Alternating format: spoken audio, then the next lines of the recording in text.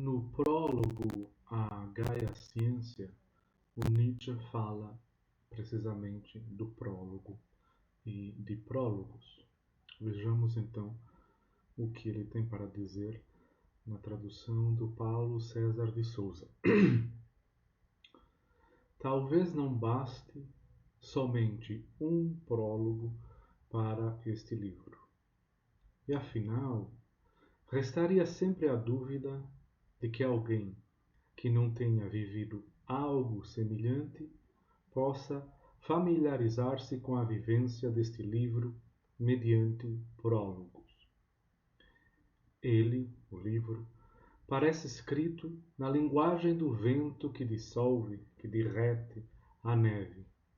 Nele há petulância, inquietude, contradição, atmosfera de abril, de maneira que continuamente somos lembrados tanto da proximidade do inverno como da vitória sobre o inverno, a qual virá, tem de vir, talvez já tenha vindo. A gratidão, aí, emana sem parar,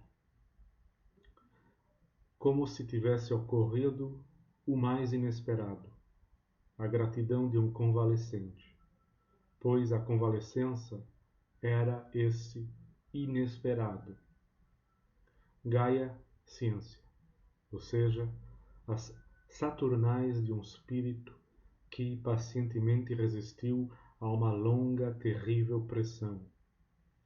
Pacientemente, severa e friamente, sem sujeitar-se, mas sem ter esperança. E que repentinamente é acometido pela esperança de saúde, pela embriaguez da convalescença. Retomaremos estas palavras nesta primeira sessão, neste primeiro parágrafo do prólogo à Gaia Ciência. Nietzsche fala também de divertimento. Ele escreve que esta obra não é senão divertimento. Ele fala ainda de quantas coisas deixou para trás, fala da tirania da dor, teremos que retomar a questão da dor, e fala de proteger-se, de resguardar-se do desprezo pelos homens. Fala ainda, entre outras coisas, de belos sentimentos líricos, que são os belos sentimentos líricos dos poetas, e da malícia em relação a isso, de dar vazão à sua malícia, a malícia nietzschiana, em relação aos belos sentimentos. E fala de um poeta que zomba dos poetas. E também ainda de tema de paródia. Qual o tema de paródia, de zombaria, do que ele vai tirar sarro? Retomemos então as palavras iniciais. Talvez não baste somente um prólogo para este livro. Estas palavras aplicam-se a este livro, mas talvez se apliquem a todos os livros que valha a pena ler, que mereçam ser lidos. Na verdade, o prólogo, os prefácios, as introduções, talvez só devam ser lidas depois de se ter lido a obra. Aquilo que vem antes, prólogo, prefácio, introdução, na verdade só pode ter valia, ser fértil para quem já fez a travessia da obra. A introdução, a melhor introdução a uma obra é a própria obra. O comentário, a análise, são produtos derivados, secundários, por mais valor que possam vir a ter. A melhor introdução a Nietzsche é Nietzsche. Não é, por mais agudas e precisas e certeiras que sejam as palavras de um Karl Löwit ou até de um Giorgio Colli, porventura o melhor comentador de Nietzsche, isso não pode substituir-se à confrontação com a obra. Isso talvez também seja assim, certamente também é assim em arte.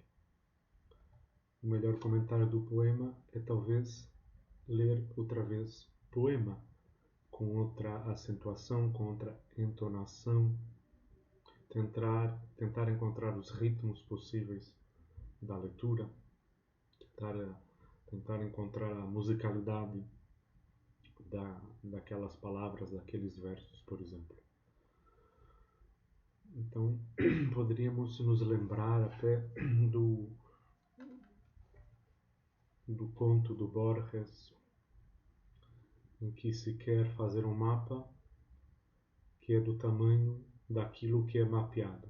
Um mapa que é do tamanho do mundo, que coincide em sua escala com as ruas, com as paisagens.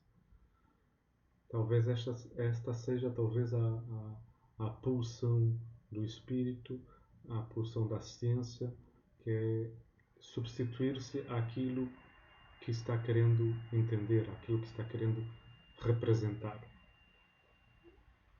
Então há prólogos, introduções, prefácios, comentários, que em vez de introduzirem, nos extraviam e nos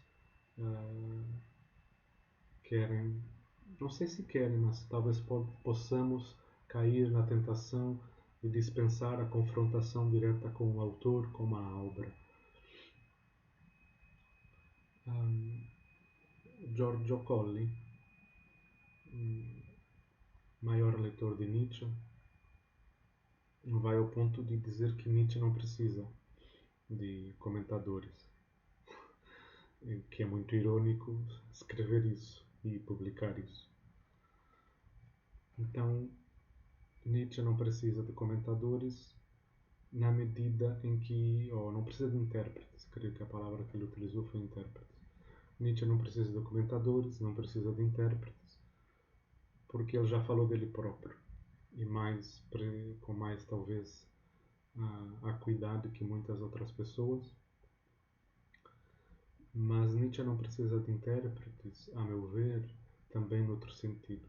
No sentido em que os intermediários, em vez de conseguirem converter-se em pontes, convertem-se em muralhas. As palavras ditas acerca de alguém ou acerca de alguma coisa, às vezes, em vez de servirem para ver, servem para fechar os olhos, para desviar o olhar. E creio que isso é muito assim, não só em relação a Nietzsche, mas em relação a muitas obras ou muitos autores que nós pensamos já conhecer antes até de ter lido, de ter estudado, na medida em que são coisas muito conhecidas. Por exemplo, platonismo ou cristianismo.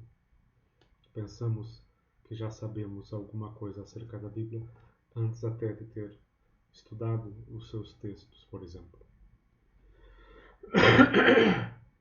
Então talvez não baste um só prólogo para este livro, talvez não bastem nem sequer muitos prólogos. Isto pode ser dito para a leitura. Talvez não baste uma leitura, por exemplo, para um romance. Tem que ler-se muitas vezes. É por repetição que nós aprendemos, não só, mas é um método possível, talvez um método necessário.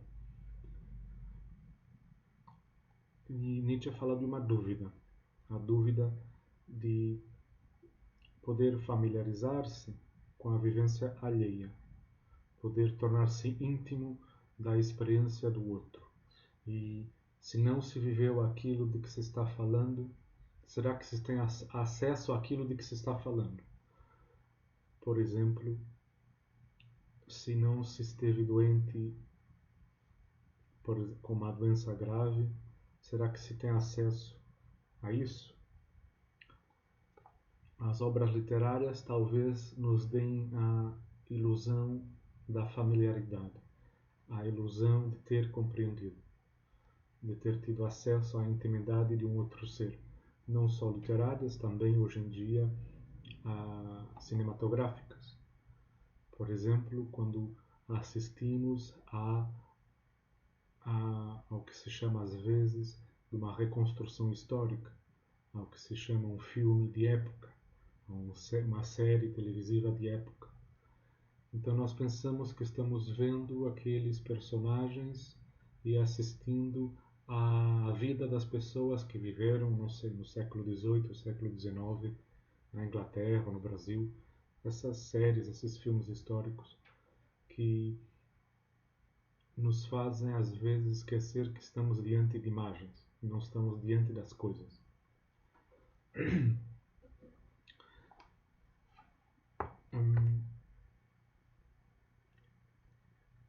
No livro, no romance da Lionel Shriver, essa problemática, essa inquietação aparece mais do que uma vez.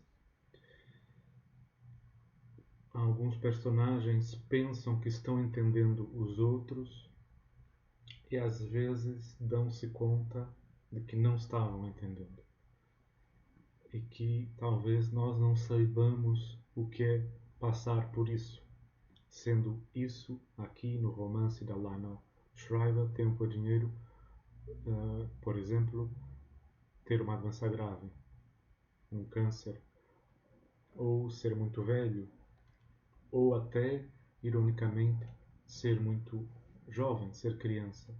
Nós, os adultos, já fomos crianças e pensamos que, por isso, temos acesso ao que é ser criança. Mas ser criança sem ter sido adulto não é a mesma coisa que ser adulto e ter sido criança. Então, há um abismo, às vezes, do qual nós nos esquecemos. No capítulo, acho que 13 ou 14, o Gabriel, que é pastor, o pai do Shepherd, capítulo 14. No capítulo 14, o Gabriel, que é pastor, que está velho, está falando com o filho dele, o Shepherd. Chegam até a falar acerca da questão de quanto equivale uma vida humana em dinheiro. E o pai pergunta ao filho como está a esposa dele. Mais importante que isso, acrescentou Gabriel, como vai a Glennis? O filho respondeu, a quimioterapia a deixa desgastada. Ela está sempre com raiva. E, a esta altura, isso é bom sinal. Meu medo é de quando ela parar de sentir raiva. O pai responde, não há nada a temer. Ela terá que fazer as pazes consigo mesma, com você, com todos os amigos, com os parentes.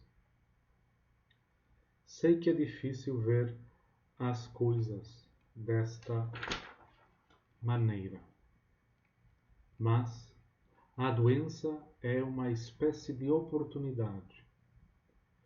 Uma oportunidade que não se tem ao ser-se atropelado por um ônibus. Ela tem uma chance de refletir, uma chance de se voltar para Deus, embora eu não esteja ansioso por isso. Certamente terá uma chance para dizer tudo o que ela não gostaria de deixar de dizer antes de partir, antes de morrer. Da maneira mais estranha, ela tem sorte. Espero, pelo bem de vocês dois, que este seja um momento em que vocês fiquem muito próximos. O filho responde, o esposo da Glennis, não é? Duvido que a Glennis pense no câncer como uma oportunidade. Embora duvide que eu próprio saiba o que ela realmente pensa. Duvido que saiba o que ela está pensando, na verdade. Ela não fala acerca disso, papai. Pelo que eu sei, ela continua a acreditar que está fazendo a quimioterapia para melhorar. Não há nada disso, desse dizer as últimas palavras. Será que isso é normal? O pai responde: nessa área não existe normal. E que importância teria ela ser anormal se esse for o jeito dela? As pessoas se agarram à vida com mais ferocidade do que você faz ideia. Ou talvez agora você faça uma ideia. Shep responde: ela sempre foi muito franca, de uma franqueza contundente, assustadora. E agora, diante da coisa mais importante, sobre a qual ela já teve que ser franca, nas reticências, e o pai continua, interrompe o filho, ou toma a palavra na suspensão da palavra do filho. Lembre-se, você não sabe como é. Então, é aquele momento em que o pai diz ao filho que ele, o filho, mas também ele, o pai, não sabe como é. Nós não sabemos o que é estar morrendo, mesmo que todos, num certo sentido, ao estarmos vivos, estejamos morrendo, mas nós não sabemos como é. Então, quem não passou por isso, talvez não possa ter familiaridade com isso. Talvez nem sequer a literatura, nem os prólogos à literatura, nem os comentários aos romances, possam dar acesso, tornar-nos íntimos do que é uma vivência alheia. Não sei. O pai então responde, retomando: lembre-se, você não sabe como é. Eu posso ter quebrado a perna. O Gabriel teve um acidente, quebrou a perna, está hospitalizado. Eu posso ter quebrado a perna, ter levado um susto, mas eu também ainda não sei como é. Nenhum de nós sabe, até isso acontecer conosco. Você não faz ideia de como reagiria. Da mesma maneira, talvez. Suspende o teu juízo, acrescentou, num tom que zombava ironicamente de seus próprios sermões. E Shep ficava satisfeito com qualquer inclinação para a suspensão do juízo, já que no passado o pai sempre lhe dera bordoadas com seu julgamento. Há outra coisa que eu queria lhe perguntar, diz o filho. Quando você era pastor, você deve ter tido que lidar muitas vezes com doentes. Na sua época, as pessoas eram bondadosas com eles, eram atenciosas, ficavam firmes, apoiadas umas às outras, digo, até o fim, até todo o amargo, horroroso fim? O pai responde: algumas sim, outras não.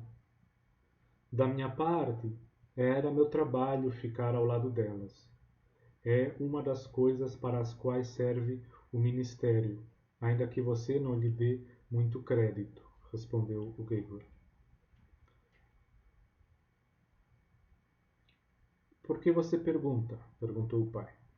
O filho responde: as pessoas, os amigos dela, até a família, eles, uma porção deles, a abandonou.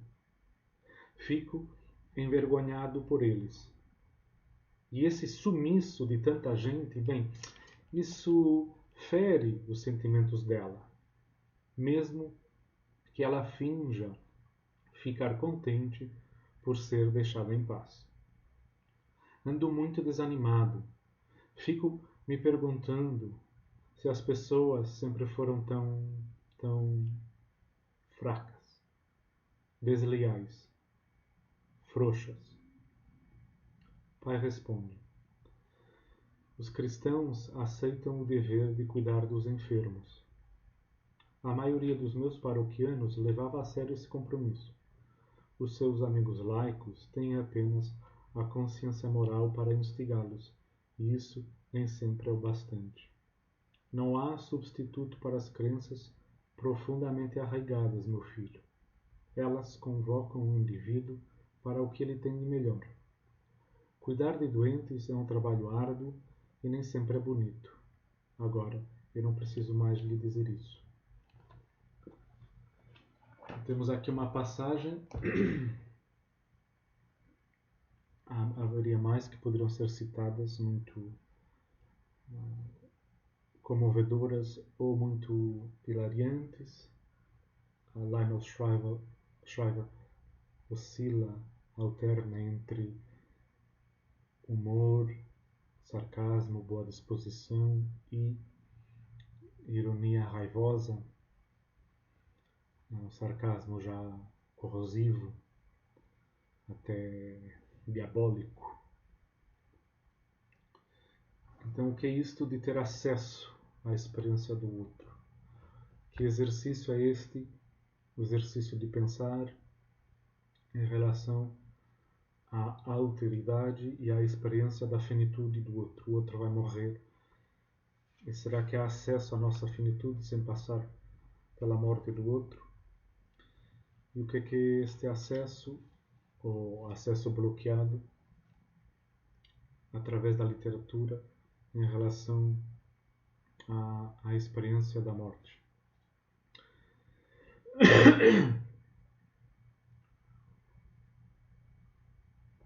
Ou melhor dizendo, não é a experiência da morte, porque a morte é um vazio representativo, não há imagem da morte. A imagem do cadáver, do acidente, etc. Mas da morte não. A imagem dos vivos. Então não é uma imagem da morte, é um vazio representativo da morte, mas é o acesso ao morrer. A morte é o contrário da vida, mas morrer não é contrário a viver. Aqui esta pequena distinção conceitual, que parece uma minúcia, uma coisa picuinhas, mas talvez seja muito pertinente conseguir estabelecer este discernimento entre a vida e a morte como contrários, mas viver e morrer não.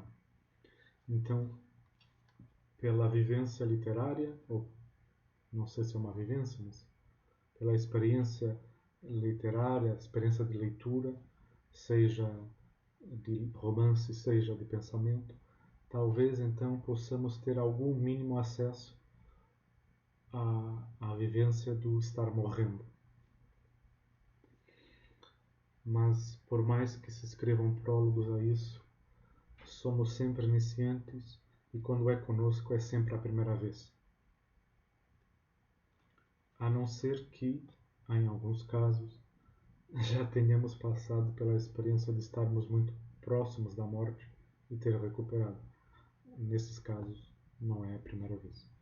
Quem já esteve doente muitas vezes, talvez possa ter se tornado íntimo deste sentimento de consciência aguda, dolorosa da nossa finitude. Ou então, não dolorosa, consciência alegre da nossa finitude. Poder celebrar o dia, mesmo sabendo que se pode morrer à noite.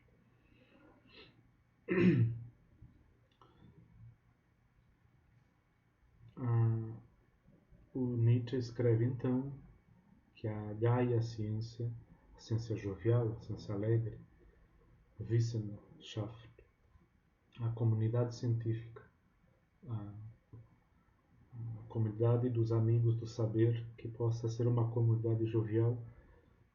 Talvez isso que o Nietzsche tem em mente para conseguir contrabalançar, combater a sua solidão, que é já quase sempre um isolamento doentio. Nietzsche estava doentiamente só. Talvez os modernos todos estejam.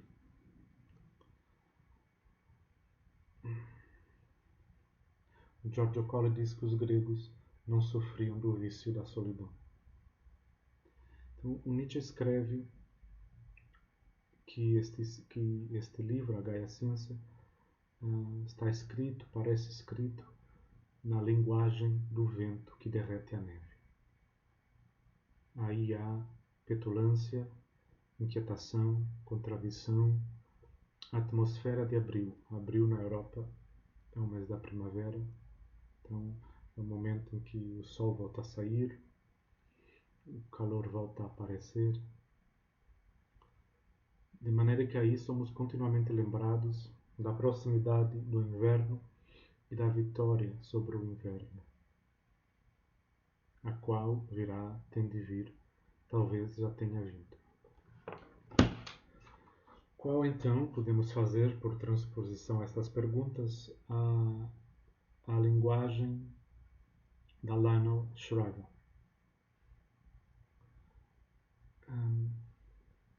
O Nietzsche, julgando a sua própria obra, diz que é uma linguagem na ciência jovial, na Gaia Ciência, uma linguagem que derrete a neve. Será que a linguagem da Lionel Shriver é uma linguagem que salva da doença? Será que a linguagem da Lionel Shriver em O Tempo é o Dinheiro é uma linguagem que salva da morte, que redime os nossos mortos, ou melhor, os mortos dela e dos personagens dela? O que aqui é uma linguagem que derrete o gelo, que dissolve a neve? A linguagem da Lionel Shriver talvez derreta o gelo, talvez dissolva a neve, mas ao mesmo tempo que é muito divertida, há muita diversão, há muito riso na escritura dela. Imagino-a, nunca assistia a essa cena, mas imagino-a escrevendo, não sei se escreve à mão ou no teclado, e soltando gargalhadas à medida que vai pensando as suas cenas, à medida que vai botando-as no papel ou no monitor, na tela do computador, não sei qual é o método de trabalho dela, mas imagino a cena, que haja muita diversão no trabalho dela. Não parece uma escrita tortuosa, não parece uma escrita infernizada, que se inferniza. Não parece aquela escrita das dores de parto da criação. Não sei se esse não é, mas não parece.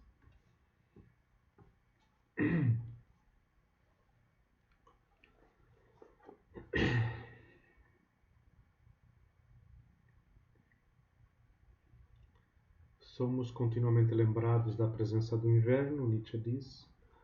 Aqui somos constantemente lembrados da presença da morte. O Nietzsche diz, somos constantemente lembrados da vitória sobre o inverno.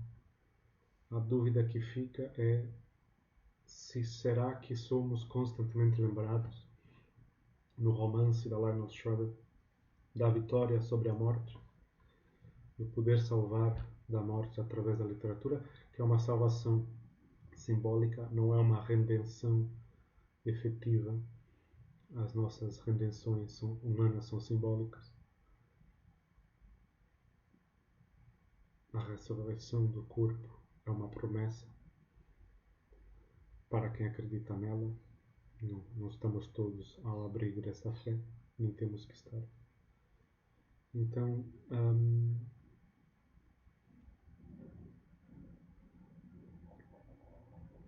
Nietzsche fala também de uma esperança, né? Uma esperança de uma vitória que talvez já tenha chegado. Eu não acho que na Lionel Shriver, a não ser no final, que não sendo um final feliz, na medida em que 3 personagens morrem, não deixa de ser um final, eu não sei se traz consolação, mas não é uma devastação completa. Um morre, o outro morre, o outro morre. Aliás, eu disse 3, mas são 4. 4 personagens morrem. E ainda assim não é uma devastação, o leitor não fica devastado. Talvez não fique conciliado, na medida em que a relação com a vida nunca é pura conciliação, há sempre um elemento de estranheza, de desacordo. Mas há qualquer coisa aqui que, se não nos deixa com esperança, pelo menos não nos deixa completamente arruinados. Uma esperança de vitória, que aqui é uma esperança de exílio, uma esperança de poder ir embora, uma esperança de desterro, mas um desterro que não é um lamento, é um desterro feliz.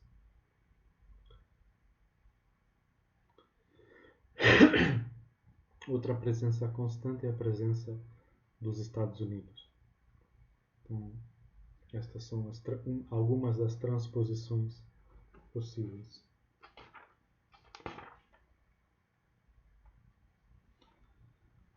Nietzsche fala de gratidão. Já vimos que a Flica, a personagem da jovem que está doente, não sabe o que é gratidão. Ela não tem acesso a esse sentimento. Ou pelo menos assim parece. Talvez em algum momento possa ter. Nietzsche diz que na Gaia Ciência, neste livro, a comunidade científica jovial, diz que este livro transborda de gratidão. Eu não acho que o livro da Lionel Shriver transborde de gratidão. Esses personagens por vezes transbordam de ingratidão, mas exatamente nessa medida transborda, este livro emana um esforço de conquista da gratidão. É um esforço, talvez, para conseguir traçar uma figura de quando ainda não é tarde demais para dizer obrigado, para sentir-se agradecido, e não só sentir-se, mas agradecer em gestos e em palavras. Talvez este livro seja para Shriver um esforço de gratidão, e isso transborda, emana nos personagens.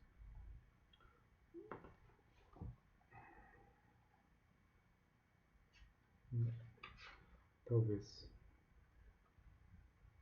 Para Paul, lembremos, in loss, liberation, na perda, liberação, libertação.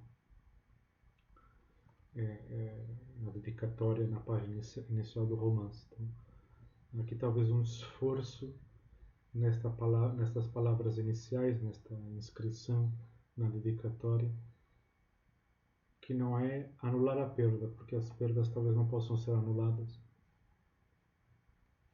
As dívidas talvez possam ser pagas ou esquecidas ou perdoadas. Curioso que digamos perdoar uma dívida, a linguagem religiosa e a linguagem econômica se misturam, nós nos esquecemos disso. Mas na perda podermos nos libertar. A Glennis não é uma personagem fácil. Se fosse uma pessoa, nós nem sempre gostaríamos que fosse nossa amiga. Vejamos então uma passagem que essa dureza se mostra, em que, se não está no limite da ingratidão, está quase. Se já não passou esse limite, pelo menos está na fronteira. A amiga dela, que eu acho que se chama Petra, a Petra, que tinha sido uma colega de estudos, veio visitá-la, foi visitá-la, e elas estão falando, e a Petra pergunta algo, uma pergunta incômoda que as pessoas se esquecem de fazer ou não têm a coragem de fazer, em relação a estar morrendo, a como é estar morrendo, como é que é a sensação de estar no fim. A Petra pergunta então a Glennis: como é? Qual é a sensação? Em que você se apanha pensando? Como é o quê? Pergunta, retruca a Glennis. Glennis não iria ajudar. A Petra diz: não sei. Como é enfrentar o inevitável, acho. O inevitável? Repetiu Glennis em tom azedo. Você não o enfrenta também? no plano abstrato. Isto é tudo menos abstrato. A Petra responde: bem, é claro, claro que sim. Estamos todos no mesmo barco furado, suponho. A Glennis diz: então diga-me você como é. A Petra diz: você não facilita as mesmas coisas, não é? A Glennis rebate: não é fácil para mim. Por que eu deveria facilitar para você? Só acho, diz a Petra, que não deveríamos passar este tempo limitado, falando de rebites. Era assim que passávamos o outro tempo, diz a Glennis, com rebites. Era o mesmo tempo, o nosso tempo limitado, todo o tempo que existe. Se agora é um desperdício, então era também um desperdício naquela época. Logo, de acordo com você, nós deveríamos ter nos encontrado todas aquelas tardes para falar da morte. Petra responde: talvez tivesse sido um tipo de desperdício diferente. Bem, pois vá em frente, diz a Glennis, se é do que você quer falar. Então, fale da morte. Sou toda ouvidos. A Petra pareceu embaraçada. Desculpe, não sei o que dizer. A Glennis responde: não achei que soubesse. Então, por que eu deveria saber? Esta é a dureza deste personagem, aqui apresentada em seu aspecto de não facilitar.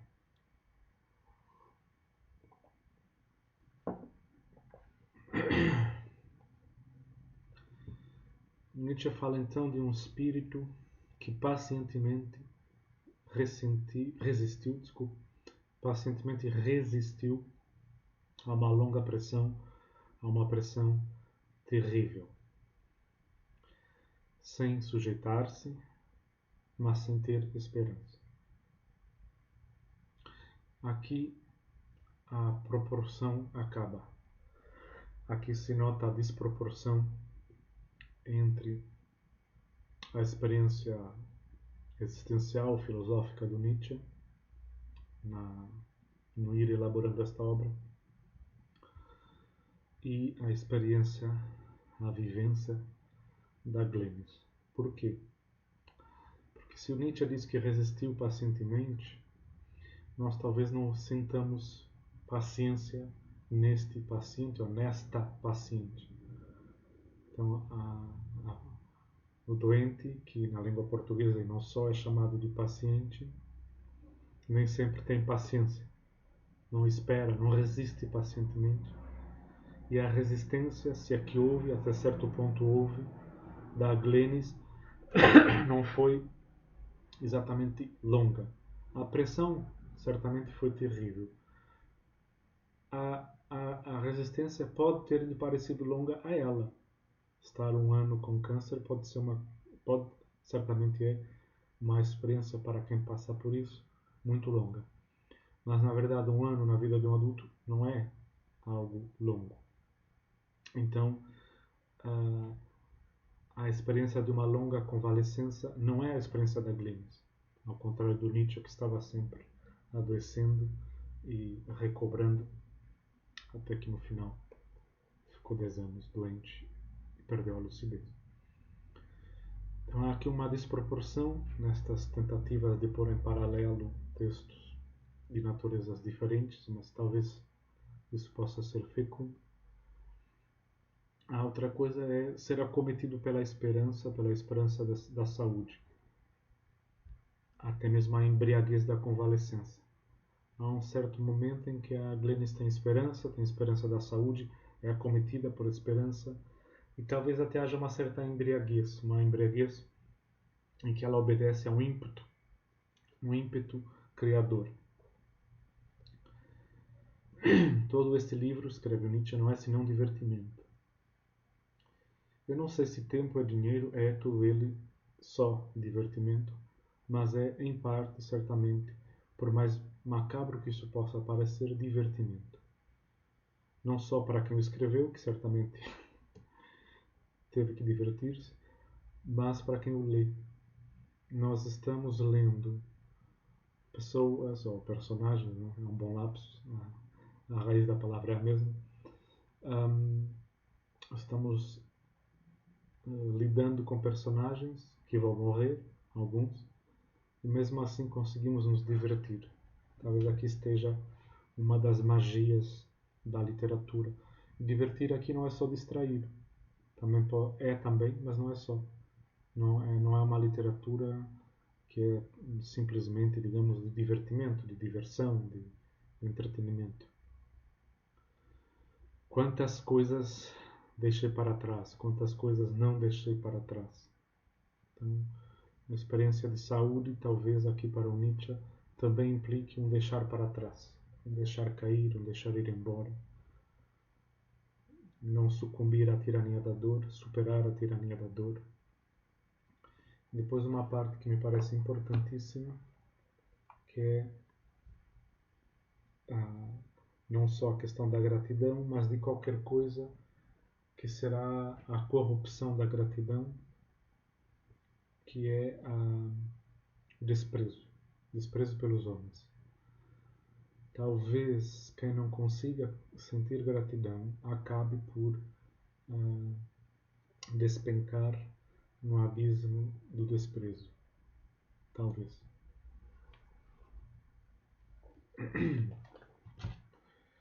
Para o Platão, a misologia e a misantropia andavam a par e passo. Nós acabamos por odiar os homens, por desprezar os homens, ao desprezar as palavras, ao não cuidar do raciocínio, do logos, ao não tratar da própria racionalidade, acabamos por odiar, desprezar os seres humanos.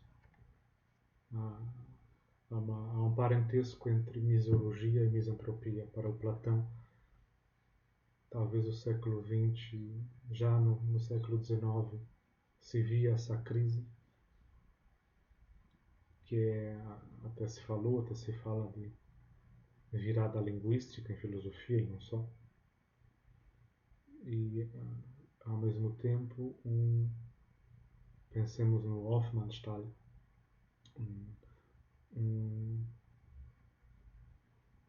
afundar-se, deixar-se afundar no indizível.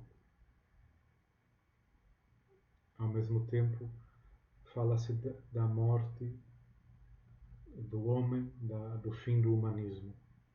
Isto talvez tenha alguma correlação. Não sei se trata de causa e efeito nas coisas humanas, mas pelo menos alguma correlação.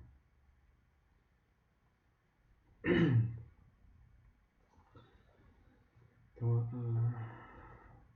o esforço de gratidão, precisamente enquanto esforço, não é uma coisa dada, não é algo que transborde sem parar espontaneamente.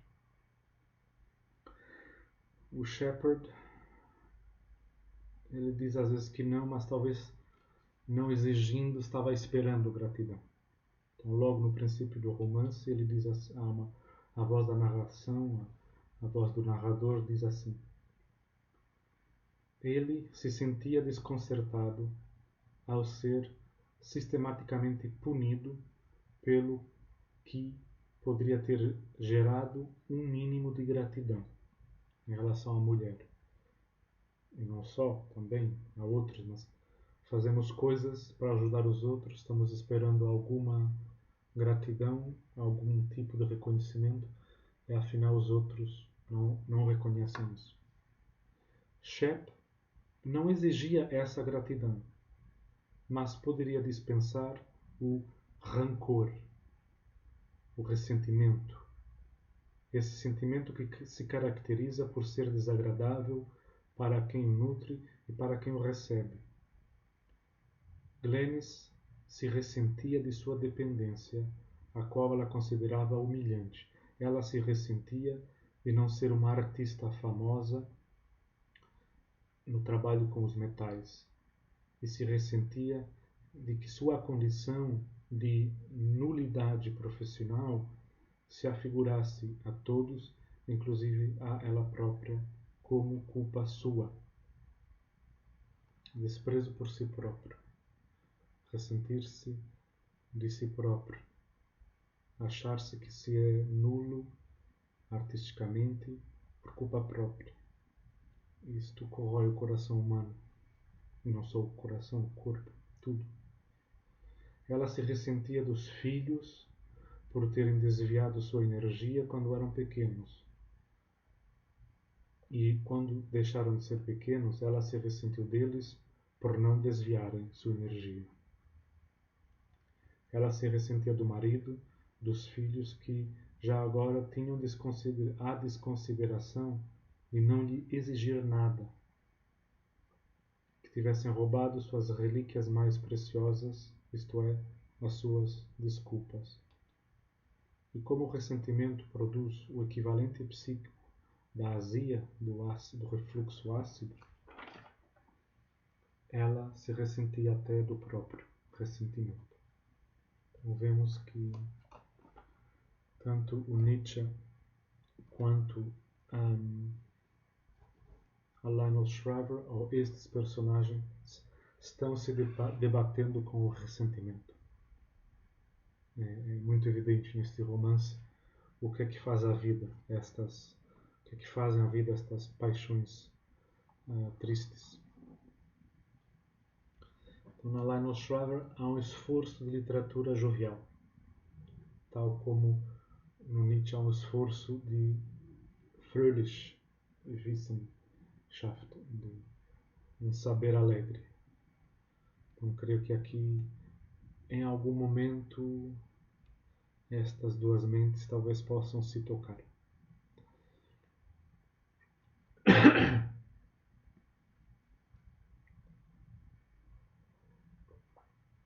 Nós nos perguntamos então o que é que aqui na doença não é dócil, não se deixa domesticar, não se deixa acariciar.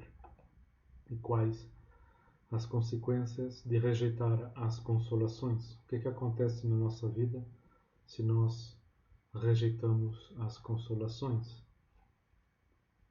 O que é que acontece na doença se nada se deixa domesticar?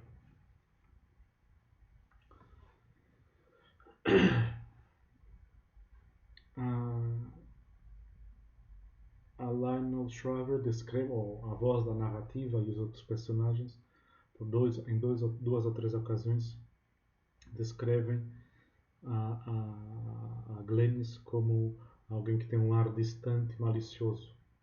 Ela tem malícia. Então aqui há alguma coisa de poder dar vazão à malícia.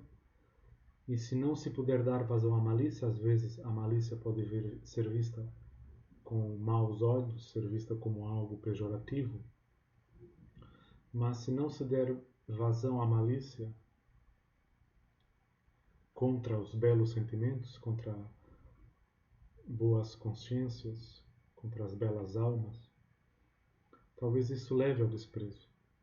Então, há uma vazão necessária da malícia que, caso contrário, se corrói, se corrompe, nos corrói e nos corrompe.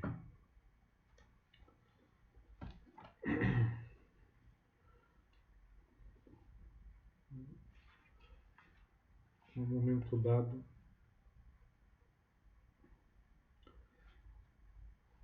isto parece muito evidente na Glennis. No capítulo 15, talvez um dos capítulos mais belos do livro, a voz da narração, esta voz do narrador às vezes se confunde com a voz dos personagens, se entretece. No capítulo 15, então, há uma confrontação com este ressentimento, este rancor, que torna-se até um desprezo pelos homens. isso do qual, para o Nietzsche, nós talvez tenhamos que nos proteger.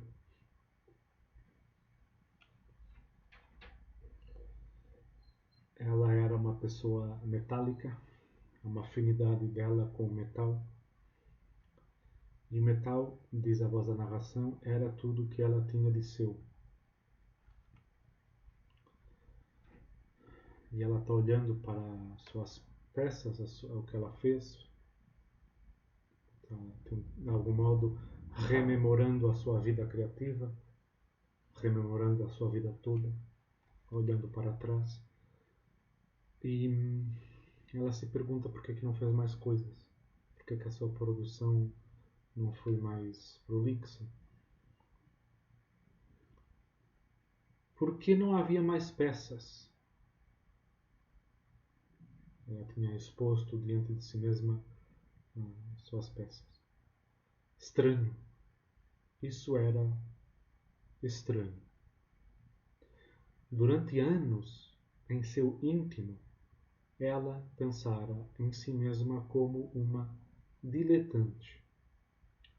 Os outros, os picaretas como a Petra e sua própria família, que ela não salvaria de um prédio em chamas, pensavam que ela não sabia que era isso que a chamavam pelas costas, uma amadora, ou, usando o máximo de gentileza, um ex-sucesso. É claro que Glenn sabia, mas e o que eles não percebiam? Eles não percebiam então uma coisa, é que ela, também ela, era assim que ela havia pensado em si mesma, de si mesma, com desprezo. No entanto, ali, nesse cruel lugar terminal, vinha a descoberta inútil de que ela agira com seriedade o tempo todo, de que não valorizava as tortas, ela fazia tortas e outras coisas para comer, nem o piso, nem os filhos, ou não desse jeito. A espátula de peixe contorcida, os faixis de prata com uma pequena bossa na ponta, o pegador de gelo de modelagem delgada com seu engaste sedutor de cobre e de titânio, o par de talheres para a salada com vidro carmesim engastado nos cabos, o reluzente vidro vermelho trabalhado a maçarico escorrendo pela prata, como se a pessoa tivesse cortado a mão. Esses objetos eram e sempre tinham sido o objetivo de sua existência. Então, talvez a literatura jovial, a vida jovial, a ciência alegre, o saber que pode rir, tem alguma coisa a ver com o que nós somos capazes de criar, para não nos desprezarmos a nós próprios. Baudelaire tem algo assim, quase como se fosse uma oração, uma prece.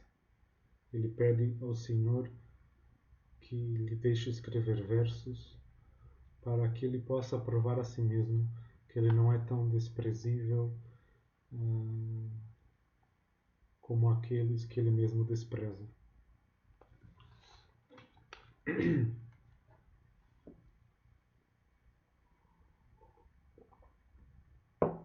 Então vemos que o Nietzsche zomba dos poetas, ele mesmo um poeta, pensador ao mesmo tempo, e podemos pensar que a própria Shriver, de modo muito sutil, zomba não só de sua época, de sua sociedade, mas também de alguns vieses da criação artística.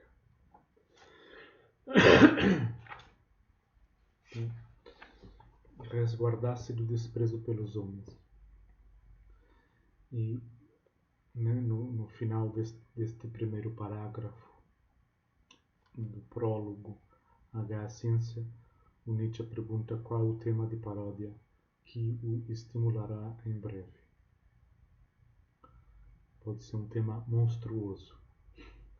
De algum modo, Lionel Shriver, não só neste romance, mas noutros, creio que ela está escavando isto, procurando isto. Temas que possam parecer monstruosos, mas ao mesmo tempo, em sua monstruosidade, revelam algo de cômico e ela parodia isso. Creio que, enquanto ao primeiro parágrafo do prólogo, podemos ficar por aqui e fica o convite para tentar encontrar pontes entre Lionel Shriver e Nietzsche.